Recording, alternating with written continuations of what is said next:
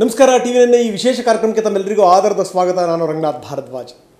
ರಾಜ್ಯದ ರಾಜಕಾರಣದ ಸ್ಥಿತಿಗತಿಗಳೇನೇನು, ಯಾಕಂದರೆ ಉಪಚುನಾವಣೆ ಬರ್ತಾ ಇದೆ. ಇಂಥ ಸಂದರ್ಭದಲ್ಲಿ ಎದುರುಗಡೆಗಿರುವಂಥ ಚಾಲೆಂಜಸ್ಗಳೇನೇನು, ಯಾಕಂದರೆ ನೋಡ್ತಾ ಇದ್ದೀವಿ ನಾವು ದಿನನಿತ್ಯ ರಾಜಕೀಯದ ಬೆಳವಣಿಗೆಗಳನ್ನು. ಇಂಥ ಸಂದರ್ಭದಲ್ಲಿ ಪಕ್ಷದ ವರಿಷ್ಠರು ಏನು ಹೇಳ್ತಾರೆ? ನಮ್ಮ ಜೊತೆಗಿದ್ದಾರೆ ರಾಜ್ಯ ಉಸ್ತುವಾರಿ ನಾಯಕರು, ಜೊತೆಗೆ BJPಯ ಪ್ರಧಾನ ಕಾರ್ಯದರ್ಶಿಗಳು ಆಗಿರುವಂಥ ಅರುಣ್ ಸಿಂಗ್ जी ಅವರು. ಅವ್ರನ್ನೇ ಕೇಳೋಣ ಇದಕ್ಕೆ ಸಂಬಂಧಪಟ್ಟಾಗಿ ಏನು ಹೇಳ್ತಾರೆ ಅಂತ. अरुण सिंह जी, कार्यक्रम को आपको स्वागत है. बहुत बहुत धन्यवाद. कल कोर कमेटी का मीटिंग है जी. तो क्या क्या अपडेट आ रहा है? बेसिकली इसमें जो अभी राजनीतिक परिस्थितियाँ हैं उसकी चर्चा करेंगे, और अभी एक लोकसभा और 2 असेंबली के बाई इलेक्शंस हो रहे हैं, उसके बारे में भी कैंडिडेट की चर्चा करेंगे. फिर यहाँ से हम पैनल बनाएंगे, और उस पैनल में सेंट्रल इलेक्शन कमेटी होती है. वो पार्टी की सेंट्रल इलेक्शन कमेटी किसी न किसी प्रत्याशी को उसमें से भारतीय जनता पार्टी का बनाएगी. कल फाइनल हो सकता है नाम? From here will send the panel. Okay. And the central leadership, central election committee will decide one name. अच्छा, ये कर्नाटक का उस्तुवारी नेता है आप आने के बाद थोड़ा क्लैरिटी बहुत ज़्यादा हो गया, लेकिन कर्नाटक का पॉलिटिक्स कैसे चल रहा है, स्पेशली भाजपा का स्थिति जो है उसका बारे में? देखिए रंगनाथ जी, हमेशा जो भी पॉलिटिकल पार्टीज होती है उसमें क्लैरिटी होनी चाहिए, स्पष्टता ही होनी चाहिए.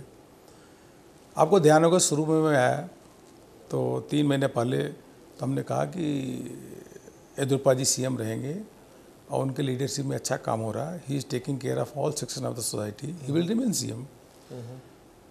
फिर एक्सपेंशन रुका हुआ था तो उसके बाद एक्सपेंशन भी हो गया. और जो पंचायत के चुनाव हैं, पंचायत के चुनाव में भी BJP को 46,000 से अधिक हम ग्राम पंचायत के चुनाव जीते. और आगे जो जिला पंचायत के चुनाव होने वाले हैं, जिला परिषद के चुनाव, उसमें भी BJP is going to get maximum seat. उसमें भी हमको अच्छी सफलता प्राप्त होगी.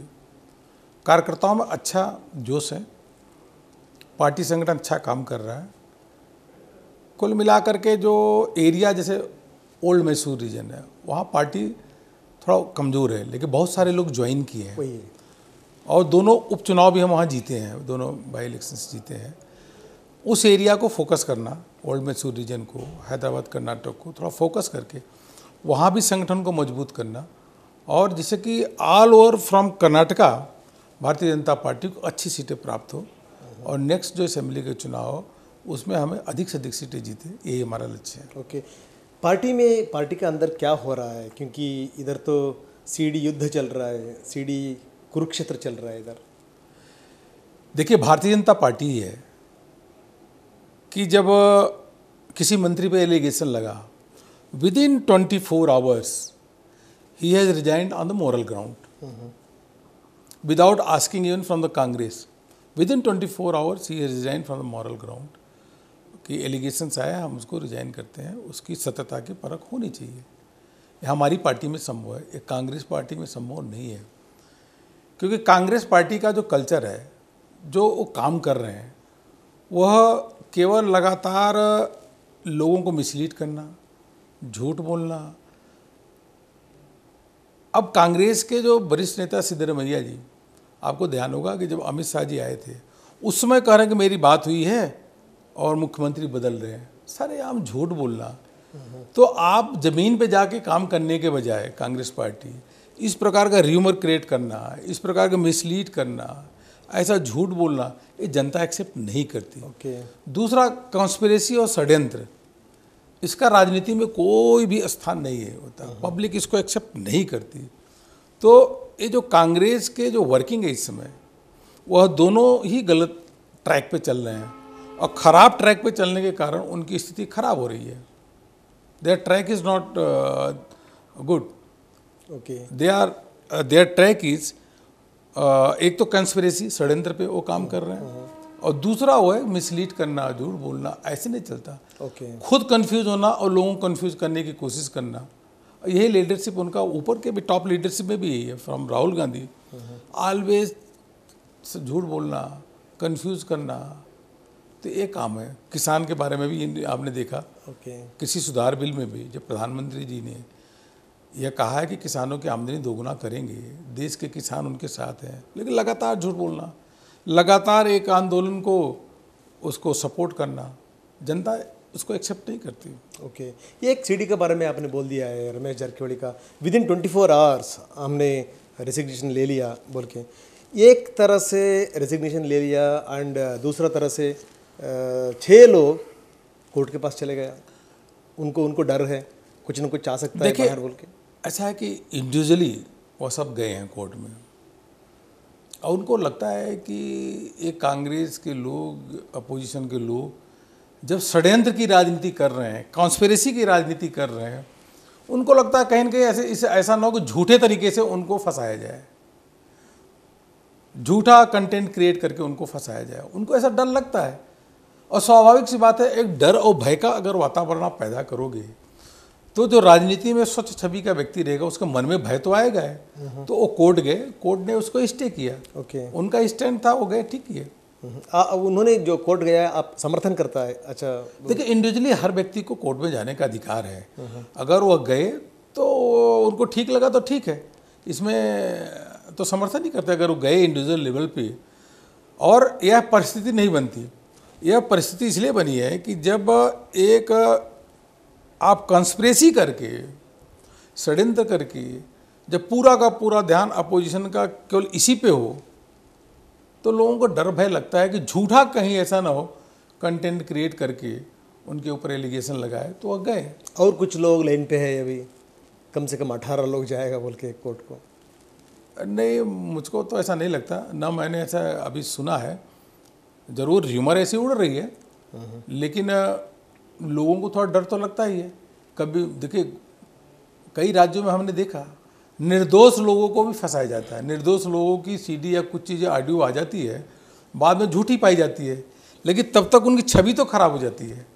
ओके, तो वह छवि बचाने के लिए कोर्ट गए हैं। कांग्रेस का स्ट्रैटेजी अलग है। कांग्रेस का नेता सिद्धरामैया ने घोषणा कर दिया है, ये 6 लोग जो कोर्ट पे गया है उनको हम प्रश्न नहीं पूछते हैं, हम बाहर रखते हैं उनको। देखिए कांग्रेस मेन अपोजिशन पार्टी है, उनको जो प्रदेश में कोई इश्यूज़ है, जनता के इश्यूज़ है, कर्नाटक के लोगों का इश्यूज़ है, उसको ज़रूर रेज करने का अधिकार है। लेकिन कांग्रेस का मूल जो अगर थीम में, अगर उनके कार्य पद्धति में कोई आ जाए कि हम सीडी के बारे में षड्यंत्र करके लोगों को कटघरे में खड़ा करना, तो राजनीति में इसलिए थोड़ी कांग्रेस आई है। यह राजनीतिक मतलब एक तरीके से ये प्लेटफॉर्म ठीक नहीं है, ये जो उनके जो फंडामेंटल्स हैं पॉलिटिक्स के, ठीक नहीं है। तो यह कांग्रेस ही पूरा देश में भी कंफ्यूज है, यहाँ भी कंफ्यूज है, और उनके पास सरकार के खिलाफ मुद्दा नहीं, इसलिए ऐसी बातें कर रहे हैं।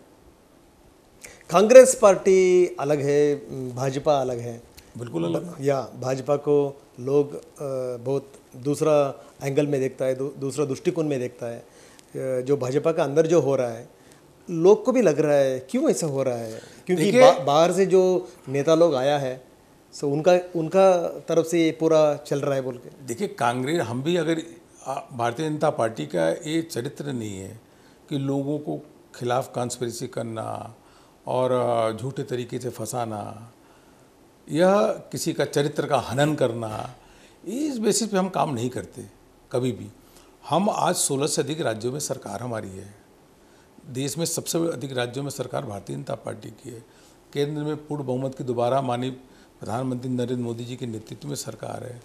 हम इसलिए राजनीति इन सब कॉन्स्पिरेसी करना, षड्यंत्र करना ये नहीं करते, बल्कि हमारा मूल उद्देश्य है कि लोगों के बीच में जाना, लोगों की सेवा करना, जनता की सेवा करना, और केंद्र में प्रधानमंत्री मोदी जी की गरीब कल्याण की जो योजनाएं हैं, किसानों के कल्याण की योजनाएं, उनको पॉपुलर करना, जिससे अधिक से अधिक लोग उन योजनाओं का लाभ ले सके, और पब्लिसिटी करना। प्रदेश में येदियुरप्पा जी के नेतृत्व में जो सरकार है, उसकी स्कीम्स को, योजनाओं को नीचे ले जाकर पॉपुलर करना, जिससे लोग उसका लाभ ले सके। हम राजनीति एक विकास की करते हैं, डेवलपमेंट मॉडल की हम राजनीति करते हैं, और कांग्रेस हमेशा जो राजनीति करती है वह, और जो कर भी रही है, वो कन्फ्यूजन क्रिएट करना, डिस्ट्रक्टिव राजनीति करना, यह जनता एक्सेप्ट नहीं करती। और इसी का कारण आपने देखा जितने भी बाई इलेक्शंस हुए उनका नतीजा क्या हुआ। भाई कर्नाटक में भी हम जीते दोनों असेंबली, हम गुजरात में सभी के सभी सीटें बाई इलेक्शन से भी जीते गए, और गुजरात के अभी जो लोकल बॉडीज का चुनाव वहाँ पूरा जीते। हर जगह हम चुनाव जीत रहे हैं। उत्तर प्रदेश में जीते, तेलंगाना में एक सीट थी असेंबली के, वो भी जीते। हर जगह हम जीत रहे हैं चुनाव। कांग्रेस इवन जो राजस्थान में है वहाँ भी जिला पंचायत के चुनाव हुए। 21 में से 14 जिला पंचायत, 14 जिला पंचायत हम लोग जीते वहाँ पे, अभी 2 महीने पहले। ओके, अभी जो उपचुनाव आया है कर्नाटक में, उसका क्या हाल है? हमारी स्थिति बहुत अच्छी है। देखिए, बेलगांव का भी लोकसभा भी हम जीतेंगे, और मस्की और बसव कल्याण की भी जो असेंबली चुनाव है उसको भी हम जीतेंगे। पूरी ताकत के साथ लड़ेंगे और चुनाव जीतेंगे। ओके, सिद्धरामैया बोलता है सीएम चेंज होने वाला है, सीएम चेंज होने वाला है। सीएम चेंज होने वाला, ये बात है ना, बार बार क्यों आता है? देखिए, जब मैं प्रभारी हूँ, मैं कई बार बोल चुका कि सीएम यही रहेंगे, अच्छा काम कर रहे हैं। तो हु इज सिद्धरामैया टू से? सिद्धरामैया को कहाँ से सूचना मिल रही है? वह जनता में कन्फ्यूजन क्रिएट करते हैं। और जब भी आप कन्फ्यूजन क्रिएट करो जनता को, जब चुनाव होता है तो जनता कन्फ्यूजन क्रिएट करने वालों को भी कन्फ्यूज करके उसको हरा देती है। ओके, तो सिद्धरामैया जो कन्फ्यूजन क्रिएट कर रहे हैं, इस चुनाव में भी देखिएगा जनता उनको हरा देगी, कांग्रेस को। कांग्रेस के नेता है सिद्धरामैया, सीएलपी लीडर है सिद्धरामैया, उन्होंने बोल सकता है, लेकिन पार्टी का अंदर ही लोग बोल रहा है सीएम चेंज होने वाला है। देखो, संक्रांति आ गया, चेंज होने वाला है। अभी देखिए, अच्छा मुहूर्त आया है, चेंज होने वाला है। ऐसा बार बार चेंज होने का बात आता है। बसनगुड़ा पाटिल यत्नाल बहुत बार घोषणा किया है, आज चेंज होने वाला है, कल चेंज होने वाला है। क्या चल रहा है? देखिए, पार्टी के किसी अन्य नेता ने आज तक नहीं बोला कि सीएम चेंज होने वाला है। कोई मीडिया पे नहीं बोला। एक व्यक्ति यत्नाल की जो आप बात करते हैं, तो यत्नाल के आप क्रेडेंशियल देखिए। वो पिछले 10-15 साल से इस प्रकार से स्टेटमेंट देते हुए पार्टी के खिलाफ, लीडरशिप के खिलाफ हमेशा बोलते रहते हैं।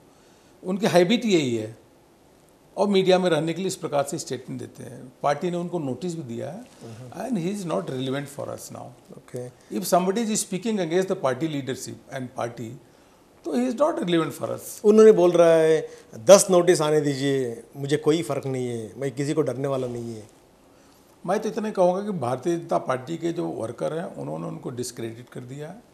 He is not relevant for अस, और मीडिया को भी इरेलीवेंट कर देना चाहिए उनको। अच्छा, ये कर्नाटक छोड़ के ये बाकी का चुनाव होने वाला है, कैसे प्रिपरेशन कैसे है? देखिए, उधर से चलिए तो असम में भारतीय जनता पार्टी पुनः सरकार बनाने जा रही है। हेमंत अपना वहाँ पे जो है अच्छा है, और जो उसके साथ ही पहले से अधिक सीटें हम जीतेंगे। हमारे अलायंस भी 4-5 उससे हुई है। और यहाँ पे भी पश्चिम बंगाल में हम लोकसभा में 18 सीटें जीते थे, और 40% वोट मिला था। उसके बाद से एंटी इनकम्बेंसी बढ़ी है, क्योंकि पश्चिम बंगाल में परिवर्तन जो है, सत्ता के खिलाफ परिवर्तन के लहर है, वेव है। ओके, करप्शन एक बहुत बड़ा इशू है वहाँ पे, प्लस जिस प्रकार से तानाशाही रवैया है ममता बनर्जी का, वो भी एक बहुत बड़ा इशू है। विकास वहाँ पे हुआ नहीं है। लॉ एंड ऑर्डर पूरी तरीके से ध्वस्त हो गया। आपको बताना चाहूँगा कि 140 more than 440 workers, BJP worker, they have been killed, और कई हजार लोग जो घायल हुए हैं पश्चिम बंगाल में। तो इस प्रकार से राजनीति नहीं होनी चाहिए कभी भी, कि लोकतंत्र में सबको अपनी बात रखने का अधिकार होना चाहिए, लेकिन ममता बनर्जी और टीएमसी के लोग हमारी बात दबाने की कोशिश करते हैं। परिवर्तन की वेव है, अच्छी परिवर्तन का लहर चल रहा है, और लोग चाहते हैं कि इस बार मोदी सरकार के नेतृत्व में प्रदेश में भी सरकार बने, क्योंकि लोग नहीं चाहते कि प्रदेश में ऐसी सरकार हो जो केंद्र से झगड़ा करे। आयुष्मान भारत की योजना वहाँ नहीं लागू होती, पीएम किसान योजना के वहाँ पे लागू नहीं होती, किसानों को पैसा नहीं पहुँच सकता। तो इस प्रकार की झगड़े वाली सरकार नहीं चाहिए। इसलिए लोग मोदी जी के नेतृत्व में पश्चिम बंगाल में सरकार बनाना चाहते हैं। हमें पूरा विश्वास है 2/3 मेजॉरिटी से अधिक, 200 से अधिक सीट हम जीतेंगे, और पश्चिम बंगाल में बीजेपी की सरकार बनेगी। सर्वे तमिलनाडु, केरल में भी हमको बहुत अच्छा गेन होने वाला है। तमिलनाडु में भी हम एनडीए की सरकार बनेगी, BJP is going to be part of the NDA, और पुडुचेरी में भी हम भारतीय जनता पार्टी एनडीए की सरकार बनने वाली है। पश्चिम बंगाल में सर्वेस क्लियरली बोल रहा है अच्छा सीट लेगा भारतीय जनता पार्टी, लेकिन सत्ता पर नहीं आ सकता है। देखिए, ये सर्वे इस प्रकार से यूपी में भी बोलते थे। यूपी के जो चुनाव असेंबली के हुए तो 2017 में तो एंटी इनकम्बेंसी थी, और यूपी में भी जो रणनीतिकार थे कांग्रेस समाजवादी पार्टी के, वो प्रशांत किशोर पीके ही थे। वो समाजवादी पार्टी और कांग्रेस के 2 लड़के करके कैंपेन किया। सर्वे ने कहा कि बीजेपी की 120 सीट अधिक आएगी नहीं, लेकिन जब रिजल्ट आया तो 403 में से 325 3/4 मेजॉरिटी के साथ बीजेपी वहाँ सरकार बनाई। सेम चीज़ पश्चिम बंगाल में भी होने वाला है, क्योंकि प्रधानमंत्री जी की रैली, गृह मंत्री जी की रैली, जितनी रैलियाँ हो रही है उससे और वेव तेज़ी से बढ़ रहा है पार्टी के पक्ष में, और अवश्य रूप से हम जीतेंगे चुनाव। ओके, ये आप लोग का नज़र जो है, प्रधानमंत्री जी का नज़र जो है, अमित शाह जी का नज़र जो है, तो पूरा नज़र 5 साल का 10 साल का रहता है। लेकिन कर्नाटक का हालत देखा तो नेक्स्ट चुनाव में क्या हो सकता है इधर? देखिए, हमें पूरा विश्वास है कि जब हम अभी ग्राम पंचायत के चुनाव जीते हैं, जिला पंचायत के भी चुनाव जीतेंगे, और जैसे मैंने कहा कि हमारा ध्यान है ओल्ड मैसूर रीजन और इधर हैदराबाद कर्नाटक, एक कई एरिया जहां हम कमज़ोर हैं, वहाँ पार्टी अच्छी रणनीति बना करके, वहाँ संगठन को और मजबूत करके, सरकार की योजनाओं को और नीचे तक पहुँचा करके हम चुनाव लड़ेंगे, और 100% मानिए कि हम पुनः सरकार अवश्य रूप से बनाएंगे। कर्नाटक में रिजर्वेशन का आवाज़ के ऊपर आवाज़, प्रतिभटना के ऊपर प्रतिभटना, धरने के ऊपर धरनी, ऐसे चल रहा है। देखिए, हम भारतीय जनता पार्टी के लोग कभी रिजर्वेशन के आधार पर राजनीति नहीं करते। हमारा राजनीति करने का आधार केवल एक है, विकास विकास विकास, development development development. So we believe on development and people welfare. लोगों को अच्छा लाभ मिले, राहत मिले, उनका कल्याण हो, यही हमारा विकास का मॉडल है। कर्नाटक में अच्छी खुशहाली है, यही हमारा अपना काम करने का एजेंडा है, उसी के आधार पे हम काम कर रहे हैं। और बाकी रिजर्वेशन के इश्यूज़ में बहुत सारी चीज़ें हैं। सुप्रीम कोर्ट का, माननीय सुप्रीम कोर्ट का भी रूलिंग है कि 50% से अधिक रिजर्वेशन हो नहीं सकता, और बाकी और विषय पे मुख्यमंत्री जी ने स्टेटमेंट दिया ही है और आश्वासन भी दिया, देखते हैं उसके बाद क्या होता है। फाइनल क्वेश्चन है, थोड़ा डिफिकल्ट क्वेश्चन। कर्नाटक का सरकार के बारे में अरुण सिंह जी का 10 नंबर पे आप कितना मार्क्स दे सकता है? देखिए रंगनाथ जी, कि ये नंबर देने का काम, मार्क्स देने का काम, ये तो मीडिया वालों का होता है। यह नंबर वही देंगे, आप सब देंगे कितना मार्क्स है, इसलिए वो मैं आप पे छोड़ देता हूँ। इतना कह सकते हैं, अगर कोई कहीं कमी है तो उस कमी को पूरा करेंगे और मेहनत से काम करेंगे। पूरी पार्टी यहाँ पे काम करेगी, सरकार काम करेगी, और हम पूरा भारतीय जनता पार्टी के संगठन को मजबूत करके यहाँ सरकार अवश्य बनाएंगे, यही मैं कह सकता हूँ आपको। Yes sir, thank you very much हमारे साथ बात किया। Thank you very much. ಇದು ಅರುಣ್ ಸಿಂಗ್ ಅವರ ಮಾತು, ತುಂಬ ಸ್ಪಷ್ಟವಾಗಿ ಹೇಳ್ತಾರೆ, ಇದ್ದೇ ಇರುತ್ತೆ ರಾಜಕಾರಣ ಅಂದಮೇಲೆ ಗೊಂದಲಗಳು ಅತ್ಯಂತ ಸಹಜ, ಆದರೆ ಅದೆಲ್ಲವನ್ನೂ ಕೂಡ ಮೀರುವಂಥ ಶಕ್ತಿ ಭಾರತೀಯ ಜನತಾ ಪಾರ್ಟಿಗೆ ಇದೆ. ಇರುತ್ತೆ ತೊಡಕುಗಳು, ಇಲ್ಲ ಅನ್ನಲ್ಲ. ಕಾಂಗ್ರೆಸ್ ತನ್ನ ಕೆಲಸವನ್ನು ತಾನು ನೋಡಿಕೊಳ್ಳಿ, ಅನಗತ್ಯವಾಗಿ ಭಾರತೀಯ ಜನತಾ ಪಾರ್ಟಿ ಒಳಗಡೆಗೆ ಮೂಗು ತೋರಿಸುವಂಥ ಕೆಲಸವನ್ನು ಖಂಡಿತವಾಗಲೂ ಮಾಡಬಾರ್ದು. ಜೊತೆಗೇನು ಅಂದರೆ ಈ ಮುಖ್ಯಮಂತ್ರಿ ಬದಲಾಗ್ತಾರೆ ಅನ್ನುವಂಥ ಪ್ರಶ್ನೆಗೂ ಕೂಡ ಅರುಣ್ ಸಿಂಗ್ ಅವರು ತುಂಬ ಸ್ಪಷ್ಟವಾದಂಥ ಸಂದೇಶವನ್ನು ಟಿವಿ ಮುಖಾಂತರ ಮತ್ತೊಮ್ಮೆ ರವಾನಿಸಿದ್ದಾರೆ. ಯಾವುದೇ ಕಾರಣಕ್ಕೂ ಅಂಥ ಪ್ರಶ್ನೆ ಇಲ್ಲವೇ ಇಲ್ಲ, ಅದು ಉದ್ಭವ ಆಗಲ್ಲ. ಎಲ್ಲವನ್ನೂ ಕೂಡ ಸರಿದೂಗಿಸ್ಕೊಂಡು, ಎಲ್ಲವನ್ನೂ ಕೂಡ ಸರಿ ಮಾಡಿಕೊಂಡು ಮುಂದಿನ ಚುನಾವಣೆಯನ್ನು ಗೆಲ್ಲುವಂಥದ್ದು ಮಾತ್ರ ನಮ್ಮ ಮುಂದಿರುವಂಥ ದೊಡ್ಡ ಸವಾಲು. ಅದನ್ನು ನಾವು ಮುಟ್ತೀವಿ ಅಂತಾರೆ ನಾಯಕರು. ನೋಡೋಣ ಮುಂದಿನ ದಿನಗಳಲ್ಲಿ ಏನಾಗುತ್ತೆ ಅಂತ. ಇದು ಈಗಿನ ವಿಶೇಷ. ನಿರಂತರ ಸುದ್ದಿಗಾಗಿ ನೋಡ್ತಾ ಇರಿ TV9.